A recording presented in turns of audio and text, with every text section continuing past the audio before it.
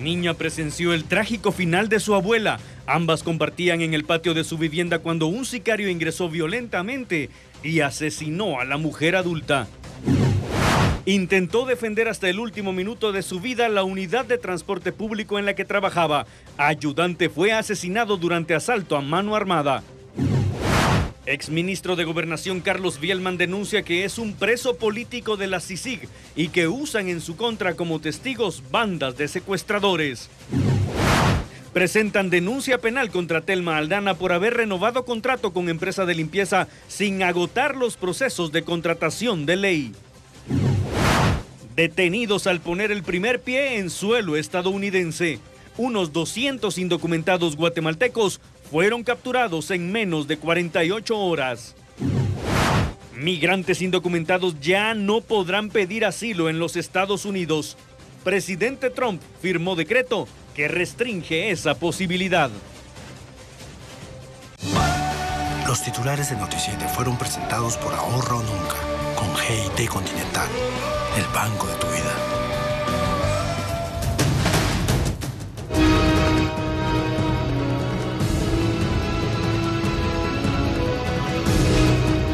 ¿Cómo están? Buenas noches, bienvenidos a Noti7 en la tercera emisión de hoy viernes. Empezamos las noticias. 2 asesinatos se produjeron en menos de 12 horas en uno de los municipios de Izabal. Este es el municipio de Morales, en Izabal, y en menos de 12 horas se registraron 2 asesinatos en 2 de sus aldeas, lo que ha causado temor y consternación entre sus pobladores. Alrededor del mediodía, la señora Elceli Lemus Montoya, de 50 años, se encontraba peinando a su nieta en el corredor de su vivienda, ubicada en la aldea York de Morales, Izabal. Intempestivamente, un sicario ingresó a la vivienda, se dirigió directamente a Elceli Lemus y le disparó en repetidas ocasiones hasta quitarle la vida. El cuerpo quedó inerte sobre la silla donde ella se encontraba sentada. Afortunadamente, su nieta salió ilesa del ataque. Testigos, quienes presenciaron el crimen, narraron a la Policía Nacional Civil que un hombre, vestido con playera naranja y gorra negra, llegó en una motocicleta, ingresó a la residencia y sin mediar palabra, le disparó a la víctima. Luego, huyó a toda prisa del lugar. Alrededor de 12 horas antes, Carlos Osvaldo Monroy Tobar, de 18 años, había sido asesinado a balazos cerca de la cancha sintética de la colonia Santa Bárbara, siempre en Morales.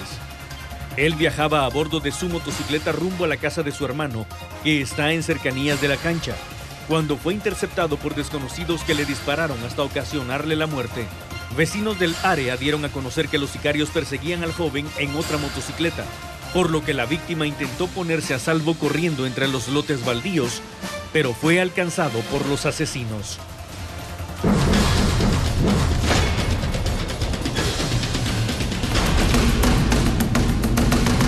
¿Qué tal? ¿Cómo están? Buenas noches. Vamos ahora a darle seguimiento a lo que ocurre en directo con nuestro compañero Samuel Orozco. Hay un hecho violento que se acaba de registrar en Villacanales y lo reportamos de inmediato.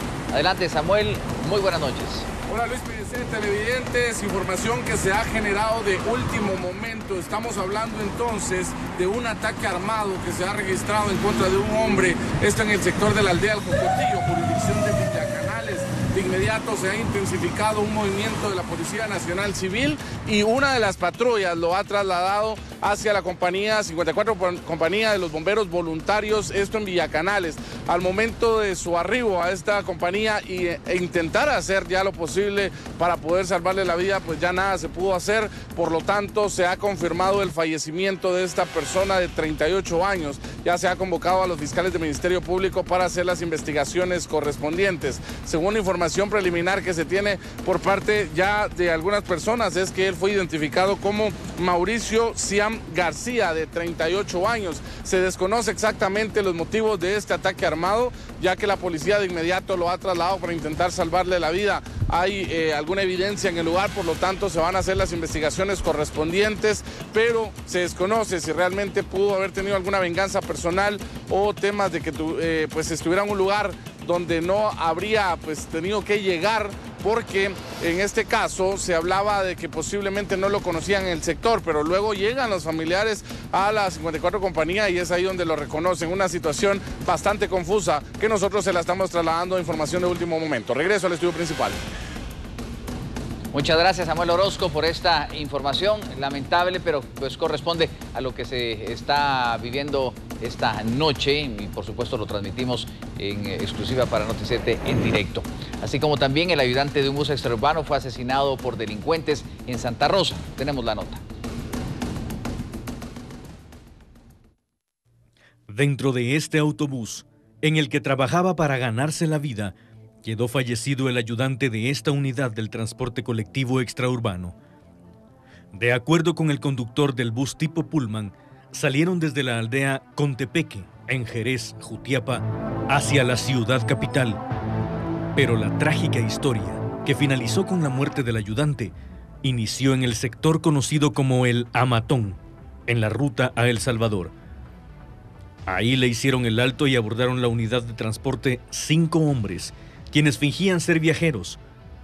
Pero un par de minutos después de abordar el autobús, gritaron que se trataba de un asalto y comenzaron a despojar a las personas de sus pertenencias. Al ver lo que ocurría, el ayudante del bus, identificado como Armando Utiel Solares, de 26 años, comenzó a forcejear con los delincuentes para tratar de impedir el asalto. Pero uno de los malhechores sacó un arma de fuego y le disparó hasta causarle la muerte. Pese al crimen, los asaltantes le ordenaron al conductor que siguiera la marcha y le arrebataron sus pertenencias de valor a unas 35 personas, quienes viajaban como pasajeros. Posteriormente, detuvieron el bus en el sector conocido como El Boquerón, en Cuilapa, Santa Rosa. Descendieron del mismo y huyeron a toda prisa. El conductor continuó la marcha hasta llegar al kilómetro 54 de la ruta a El Salvador, a inmediaciones del municipio de Barberena. Ahí pidió ayuda y denunció que los 5 desconocidos habían tomado por asalto la unidad. Ahí también bajaron los pasajeros y fueron atendidos por socorristas, ya que presentaban crisis nerviosa. En tanto, agentes del Ministerio Público y de la Policía Nacional Civil acordonaron la unidad para procesar la escena del crimen y levantar el cadáver del joven ayudante, quien quiso oponerse a un asalto armado. En el sector de la terminal, ubicado justo en la Sexta Calle y Segunda Avenida de la zona 4 capitalina, fue asesinado un hombre de aproximadamente 30 años cuando caminaba por el lugar. Los verdugos lo emboscaron y le acertaron 5 disparos, muy cerca de varios locales en los que se venden verduras y ropa típica. La víctima vestía playera roja, pantaloneta beige y zapatos cafés.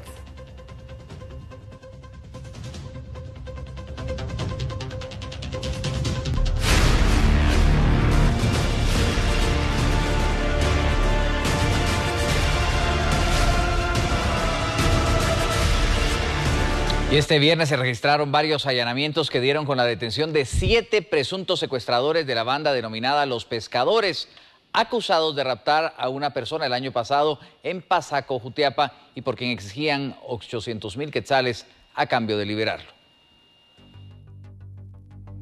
Así se denominó a la banda de 6 secuestradores que el 2 de noviembre del 2017 raptaron a una persona de 37 años en la aldea La Laguneta, en Pasaco, Jutiapa. Este se encontraba en un campamento y a eso de la medianoche un grupo de individuos lo interceptó, movilizándolo a una área montañosa del sector. El grupo delictivo solicitó a la familia 800,000 quetzales por su liberación con vida, acontecimiento que dio inicio a una investigación la cual finalizó con 8 allanamientos desde tempranas horas de la mañana.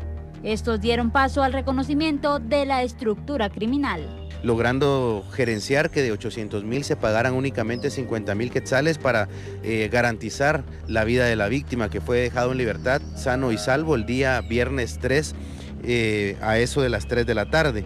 Él, ya resguardado por parte de Policía Nacional Civil, se continuó con el proceso de investigación técnica y científica, ubicando estos 8 inmuebles que están siendo sujetos a allanamiento esta mañana, 3 de ellos en el municipio de Pasaco, Jutiapa, 1 en Amatitlán y 4 en la colonia Mártires del Pueblo y Lindavista, en la zona 4 de Villanueva. Allanamientos con resultados positivos. Pablo Castillo, vocero de la Policía Nacional Civil, habla sobre las personas detenidas. Que se captura a 5 integrantes de la estructura, del total de 6, y a una persona por delito flagrante por haber encontrado marihuana en el interior de su residencia. Las personas detenidas ya han sido identificadas como Rigoberto Herrera Palma, alias Rigo, él fue detenido en Colonia Mártires del Pueblo. También Cristian Estuardo Díaz Rodríguez, él fue detenido por delito flagrante, ya que es la persona que se le encontraron 2 matas de marihuana en el interior de la casa, donde se hacía un allanamiento también en búsqueda de indicios de este mismo caso.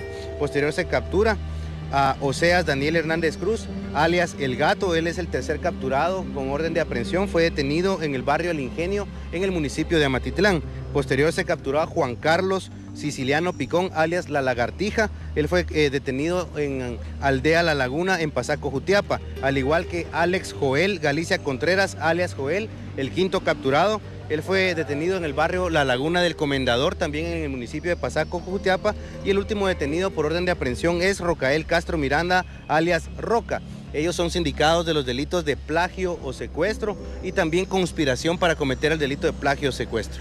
A las capturas también se suma Edwin Estuardo Hernández Vázquez, de 28 años de edad, aprehendido en la zona 5 de Huehuetenango, sindicado del delito de plagio y secuestro, caso que será visto por el juzgado de turno de la localidad.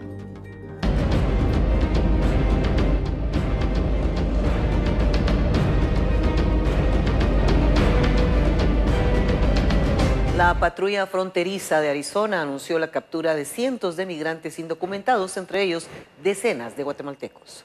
La patrulla fronteriza de Estados Unidos anunció este viernes que arrestó a 449 migrantes indocumentados en un lapso de 48 horas en el oeste de Arizona, incluidos 2 grandes grupos de guatemaltecos.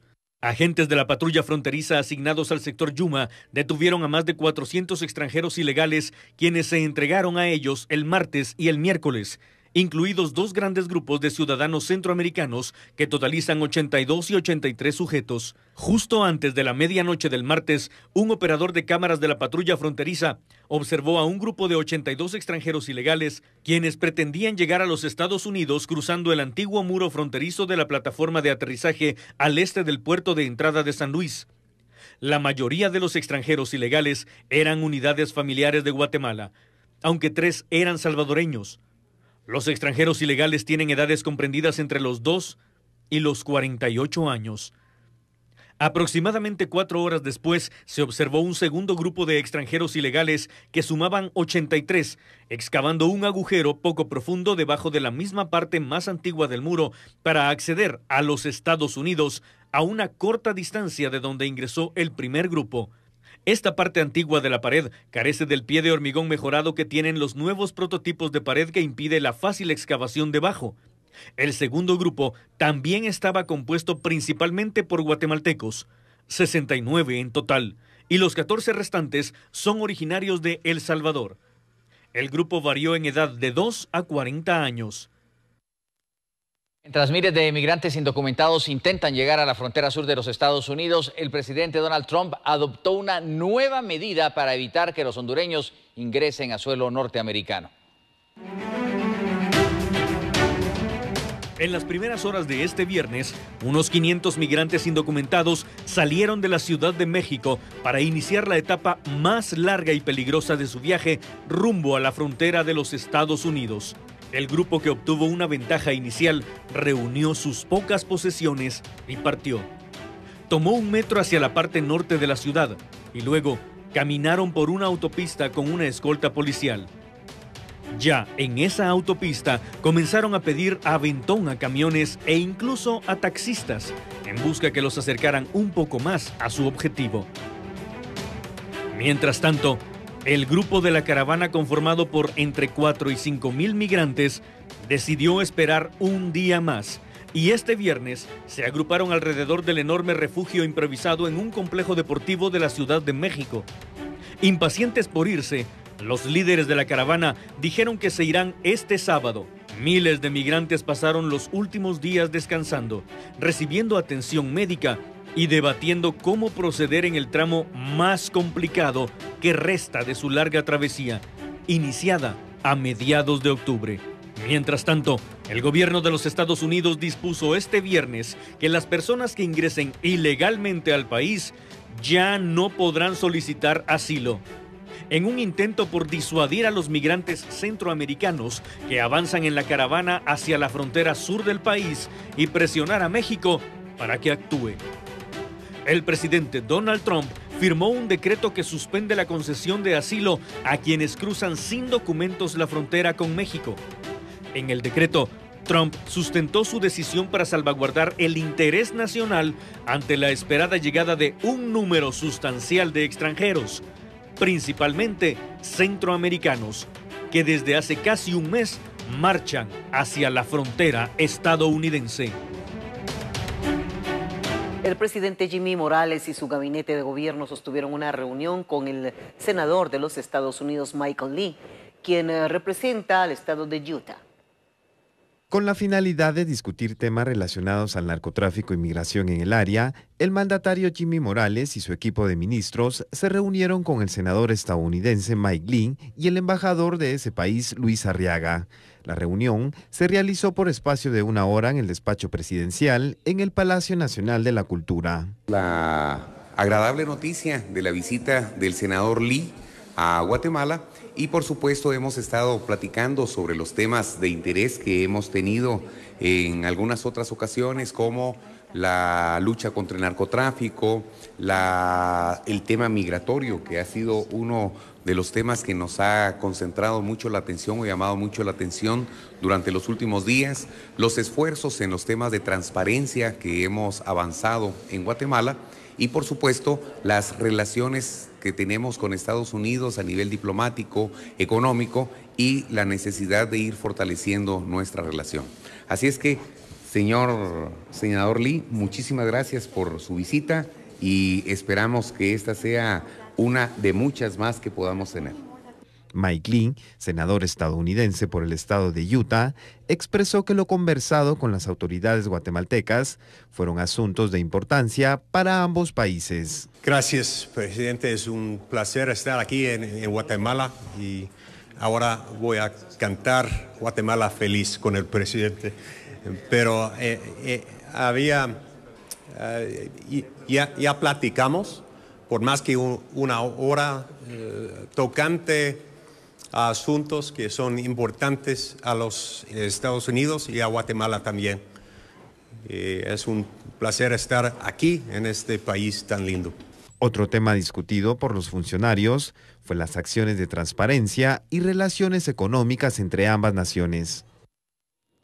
Para ir a una pausa comercial, la primera de esta noche, le presentamos imágenes de un camión que esta noche acaba de prender en llamas, hecho ocurrido en el kilómetro 187 de la ruta al Pacífico.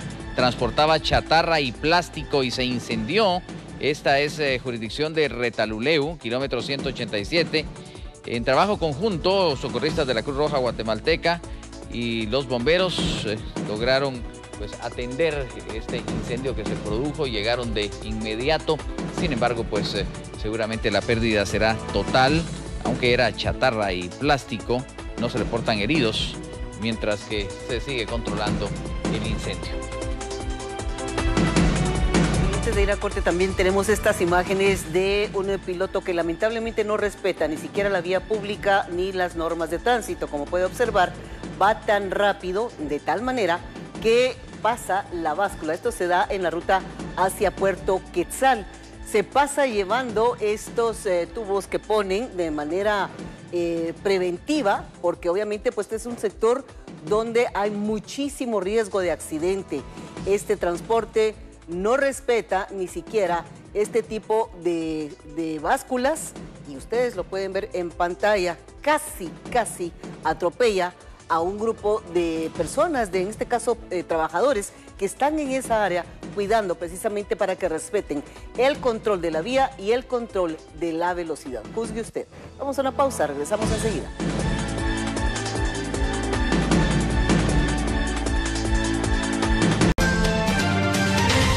La Comisión Internacional contra la Impunidad en Guatemala, la CICIG, presentó este viernes su 11º informe de labores con los resultados hasta el mes de septiembre de este año. El informe establece que durante estos 12 meses se han judicializado 16 casos en diferentes temáticas, entre las que se mencionan corrupción administrativa y corrupción en la administración de justicia. La reparación del daño, donde se encuentran a favor del Estado 70 millones de quetzales y 17 millones de dólares. Para evitar la reaparición de los cuerpos ilegales y aparatos clandestinos de seguridad, se apoyó en la formulación de políticas públicas y reformas legales. Otro de los puntos del informe son los proyectos de reforma al Código Procesal Penal en materia de aceptación de cargos y prisión preventiva. El informe cita la Carta de Entendimiento Interinstitucional con el Tribunal Supremo Electoral, esto para fortalecer las capacidades del tribunal en materia de financiamiento electoral ilícito. El presente informe refleja el abordaje de diversos ejes de trabajo que contribuyen a la mejora del sistema político y por consiguiente favorecen a la consolidación del régimen democrático en el país.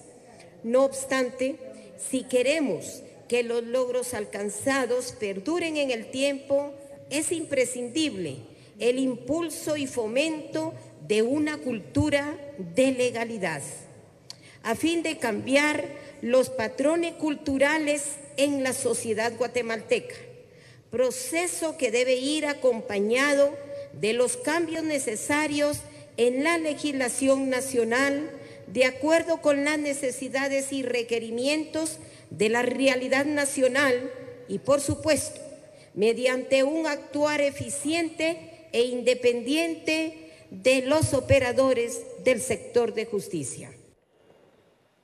La fiscal general del Ministerio Público, Consuelo Porras, se refirió a la situación de la renovación de visas de los investigadores de la CICIG que colaboran en los procesos encabezados por esa entidad. Tiene dos mecanismos para poder solventar este agravio. Uno, o por la vía del amparo para el único efecto que se le ordene a la institución del Ejecutivo poder darle una respuesta. Y dos, hacer uso de la ley de lo contencioso administrativo, por cuanto que la Constitución claramente establece los plazos para dar una respuesta ante cualquier petición que se pueda formular.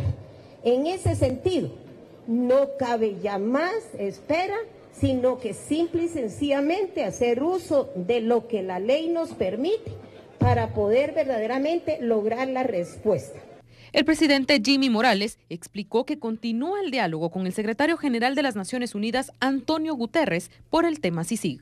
Con relación a Iván Velázquez, pues estamos platicando, como lo dijimos desde su momento, con el secretario Guterres para poder hacer los trámites del cambio de comisionado para poder darle continuidad a todos los temas de transferencia de capacidades.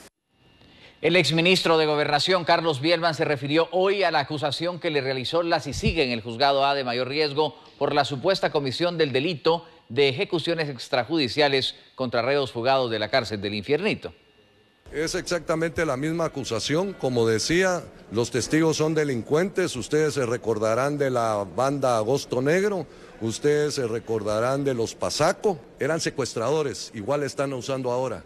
Testigos que cortaron orejas y cortaron dedos a los niños y testigos que los dejaron libres. Realmente, como digo yo, aquí lo que es una doble persecución. Están queriendo incriminar a otra serie de agentes de policía. Todo es un montaje. Nosotros vamos a hacer una defensa, esa pues la hará nuestro abogado. Están sorprendiendo a la ciudadanía hablando de que se juzgaron por 3 personas que murieron y ahora son otros 3. Realmente se nos está juzgando por unos hechos. En lo penal son los mismos hechos. Y el tema era de una estructura criminal la cual no existía. Quedó probado en los tribunales de España la aberración que tiene CICIG contra mi persona y quedó en las sentencias. Estoy secuestrado, yo no estoy preso, estoy secuestrado políticamente por una estructura que funciona como una estructura policíaca política. Esa es la acción que está haciendo la CICIG, es una estructura política policíaca. Varias personas se refirieron a la detención del exministro de Gobernación y pidieron que en este proceso prevalezca el Estado de Derecho. Nosotros ya lidiamos esta batalla legal en España durante 7 años. Mi papá fue absuelto por los hechos que hoy se le acusan. Al final, los hechos son los que marcan la acusación. Nosotros estamos convencidos que la verdad alcanza la mentira y confiamos que en un Estado de Derecho se va a respetar las leyes internacionales. Lo que pedimos es que en Guatemala prevalezca la ley y que se apegue al derecho y que esto no sea una justicia política, sino sea una justicia estrictamente legal. Este es un montaje, es un show, es de alguna forma un regreso a la época de la guerra, solo que hoy en lugar de balas usan esto, justicia selectiva y acusar a quienes les estorba. A Carlos Bielman no lo capturaron, a Carlos Bielman lo secuestraron. Carlos Bielman es un secuestrado político y en el lugar de un rescate, como cualquier secuestrado pudiera o tendría que pagar, lo que están es pidiendo que se haga testigo protegido, colaborador eficaz. Es una tristeza para la sociedad guatemalteca que con un medio de coacción, con un medio de fabricar casos, liberen presos que realmente son un problema para la sociedad. La sociedad estamos hartos de las maras, estamos hartos de tanta delincuencia que existe y en lugar de dar la justicia correcta, se dedican a perseguir personas demostradamente inocentes y poner en libertad a presos sumamente peligrosos para la sociedad guatemalteca. Aquí lo que se está viendo es una persecución política a un funcionario de otro gobierno que nos dio paz y tranquilidad a los guatemaltecos por un tiempo. El ministro de Gobernación se refirió a la orden de captura en contra del ex viceministro Camilo Rivera. Enrique Degenjar, titular de Gobernación, se refirió a la orden de captura internacional del exministro de Seguridad Camilo Rivera, prófugo de la justicia desde el pasado 29 de octubre. Y ya tenemos en evaluación algunos perfiles, no los hemos por supuesto escogido, es parte de las cosas que en muy corto plazo vamos a hacer. Me siento yo realmente muy seguro y satisfecho. Creo que la persona que eventualmente pueda o vaya a reemplazar a Camilo Rivera va a hacer un excelente trabajo. Carlos Martínez, secretario de la Presidencia, informó que la otra semana podría juramentarse al nuevo viceministro de Seguridad. No, tengo entendido que el ministro está recabando información para los nuevos candidatos y viendo los nuevos perfiles del nuevo viceministro de Seguridad que puede ser nombrado la otra semana. En eso tengo entendido que él está haciendo esa labor y posteriormente pues él la estará remitiendo a Secretaría General para que el señor presidente en su momento como despacho legal lo tenga bien a considerar. Una nueva denuncia se presentó en el Ministerio Público contra la administración de Telma Aldana al frente de esa institución. El hecho denunciado es la renovación fuera de la ley con una empresa de limpieza. Esta denuncia surge a raíz de una noticia que se publicó el 23 de octubre del presente año, donde se señala que la fiscal habría renovado 12 veces un contrato con la entidad Personal de Outsourcing S.A., misma que está directamente relacionada con Arco S.A. y que es propiedad del exministro de Comunicaciones Alejandro Sinibaldi. La ley en materia de contrataciones del Estado señala que los contratos no podrán ser renovados o pueden ser renovados una única vez o aplazados en el artículo 51 de la misma ley. Este contrato fue aplazado 12 veces, algo que es totalmente ilegal y favorece tanto a los intereses de Sinibaldi como a los intereses mismos de Telma Aldana. ¿En qué sentido? Lógicamente podemos inferir de que al emplazar o al extender dicho contrato, ambas partes siguen ganando sin haber licitado públicamente con otras entidades que pudieron haber competido y prestado un servicio de igual o mejor calidad a menor precio.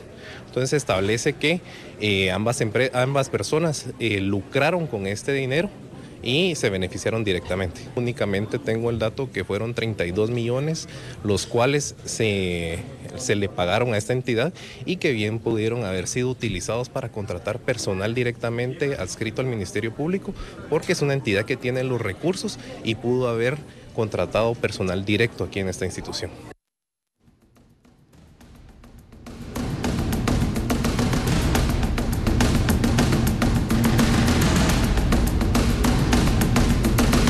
Volvemos a la información en directo aquí en Noti7. Samuel Orozco, quien continúa con las noticias. Esta vez se ha dado una importante captura de la cual pues ya nos explica.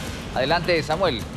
Hola Luis y televidentes, ahora hay una actualización informativa. Estamos hablando de un procedimiento que tiene la Policía Nacional Civil y que ya ha finalizado junto a los fiscales del Ministerio Público. Hablamos entonces de la Fiscalía contra la Trata de Personas y también de las unidades investigadoras de la Policía Nacional Civil. Este hecho se ha registrado entonces, este allanamiento en Jardines de Tikal, en la zona 7 del municipio de Guatemala. Es en este lugar entonces donde ya se ha confirmado la detención de una persona de origen estadounidense. Hablamos del señor David Elliot Houston, de 78 años, el cual ha sido detenido por parte de las autoridades de Guatemala, la Policía Nacional Civil, Investigación Criminal. Él es originario de Maryland, de los Estados Unidos de Norteamérica, y estaba viviendo aquí en la zona 7. ¿Por qué se ha capturado a esta persona y lo han trasladado a la torre de tribunales? Porque durante el allanamiento se han localizado más de 30 aparatos electrónicos conteniendo posiblemente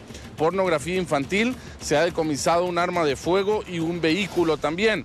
La persona pues ha indicado entonces también que él era patrocinador de una escuela de niños, que según las autoridades van a continuar con la línea de investigación para ver si también pudo pues haber abusado o pudieron haber abusado de alguno de estos pequeños. Sin embargo, es investigación que aún continúa. Es información preliminar y que se maneja a través de las autoridades correspondientes. Ya está siendo trasladado entonces a la torre de tribunales. Luis Pellecer y televidentes, buenas noches y buen fin de semana.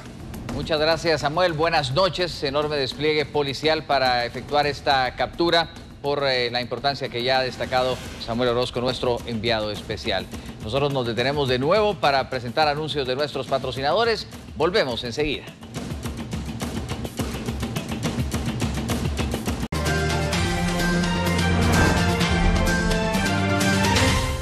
Al Congreso de la República se presentó una iniciativa que busca que quienes invadan propiedad privada sean enviados a prisión. La iniciativa presentada por el diputado Fernando Linares busca reformar el Código Penal y la Ley contra el Crimen Organizado. La usurpación, la alteración de linderos y perturbación de la propiedad privada será castigada con 6 a 8 años de prisión. Y si es usurpación agravada, las penas serán de 8 a 10 años. Pero lo más innovador de esta iniciativa es que se integre el artículo de la usurpación y todos los conexos a la ley contra la delincuencia organizada, para que esté junto con asesinato, violación agravada y otros delitos gravísimos, y otros que deberían estar como el hurto y el robo de fluidos, para que existan mecanismos criminológicos que le permitan a las autoridades perseguir a los responsables, como escuchas telefónicas, agentes encubiertos, testigos protegidos. Durante la presentación de la iniciativa, algunos propietarios afectados por los invasores dieron a conocer sus casos. No debe ser posible que uno tenga que probar su propiedad ante estos invasores. Es como si que cualquiera de ustedes llegara a su casa y en el día de hoy estuvieran en el jardín unas personas y que le digan, mire, demuéstrenme su propiedad. Y son grupos fuertemente armados, fuertemente organizados, que lo llegan a echar a uno con amenazas de muerte, con armas de grueso calibre. No nos sirve de nada poner tantas denuncias si los jueces cruzan los brazos ante nuestra necesidad. El artículo 39 de la Constitución Política de Guatemala establece el derecho individual y humano a la propiedad privada, el cual se ha violentado con personas que cometen invasión a la propiedad privada. Actualmente las penas de ese delito son de 2 a 6 años. Cerca de 90 municipalidades continúan sin entregar sus informes de centros poblados al Instituto Nacional de Estadística, lo que podría generarles problemas a la hora de calcular el aporte financiero que establece la Constitución. Tengo entendido que ya iban arriba de las 250 municipalidades que habían actualizado hasta el mes de octubre. Todavía tenían para regularizar el mes de noviembre, que estamos en transcurso. Entonces calculamos de que va a haber un buen porcentaje de municipalidades que van a alcanzar la regularización en cuanto a sus lugares poblados. Creo que eso es determinante. Las comunas deben entregar sus informes antes de diciembre. De lo contrario, el cálculo de aporte se efectuará con datos de años anteriores. Pues ahí lo que dice la ley es de que nos recurrimos al último dato vigente oficializado por el Instituto Nacional de Estadística. Tendría su asignación de acuerdo a la última información registrada. Ahora que nos vamos a la pausa comercial, tenemos estas imágenes captadas en Mazagua. Por insólito que parezca, las autoridades tuvieron que perseguir a este potrillo que ustedes tienen en sus pantallas, un caballito, si lo pudiéramos decir de esa forma, que pues causó disturbios allá en Mazagua, Escuintla. Estuvo apegado al desorden público y por eso tuvo que intervenir la autoridad. Y es que según el reporte que manda también la policía, este potrillo ingresó sorpresivamente a un jardín y se comió un sembradío que resultó ser marihuana que se encontraba ahí. Minutos después, bajo efectos de la droga, entonces comenzó a correr de forma descontrolada, intentaba agredir a las personas y hasta colisionó con un vehículo. Las autoridades investigan quién es el propietario de este potrillo, de este caballito, y qué fue lo que realmente ocurrió.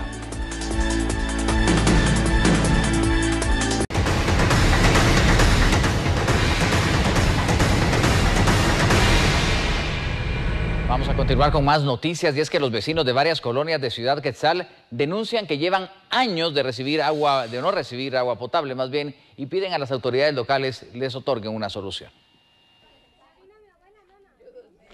Hoy en nuestro segmento Yo Denuncio, varios vecinos de acá de la colonia Colina se encuentran molestos. Y es que imagínese usted, llevan más de 20 años sin recibir agua potable. Obviamente eso les genera un gasto enorme. Pues yo tengo el tiempo de 21 años de vivir aquí, ¿va? Y durante vivimos solo un año tuvimos agua, de ahí ya no, ¿va? ¿Cuánto gasta usted? Nos estaba comentando que esto obviamente es un golpe para su economía. Yo gasto 90 quetzales semanales de agua, porque mi familia es grande. Y tenemos años de no tener, y ni las autoridades de San Juan, ni aquí estamos a pocos minutos de la capital, ni de por allá, ni de ningún lado tenemos ningún apoyo. Y sí, nos afecta bastante la economía a todos. En la escuela aproximadamente se tienen que comprar en la semana 2 pipas.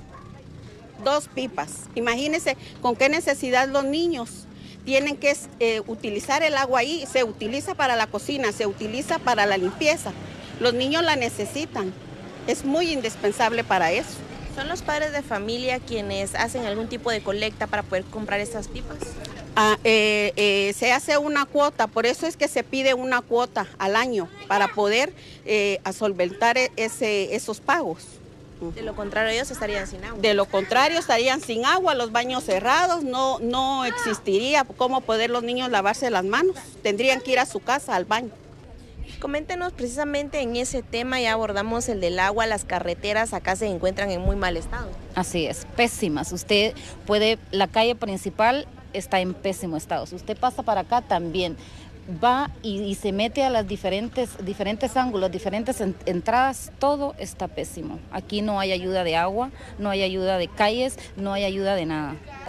Varias son las familias que están exigiendo una pronta respuesta a las autoridades. Y recuerde que si usted tiene alguna denuncia que realizar, con gusto puede escribirnos a nuestro WhatsApp. Con imágenes de Werner Álvarez, reportó para el noticiero de los guatemaltecos, Luisa Velázquez. ¡Queremos agua! ¡Queremos agua! ¡Queremos agua! Estamos terminando esta emisión de Noticiete. Gracias por habernos acompañado y les deseamos un estupendo fin de semana. Pues seguramente el tiempo será propicio para hacer todo eso que a veces no hacemos, divertirnos en familia, con los amigos, tomarnos un tiempo pues que sea excepcional y pues lleno de mucha actividad y energía. Así es. Buenas noches. Hasta el domingo. Que la pasen.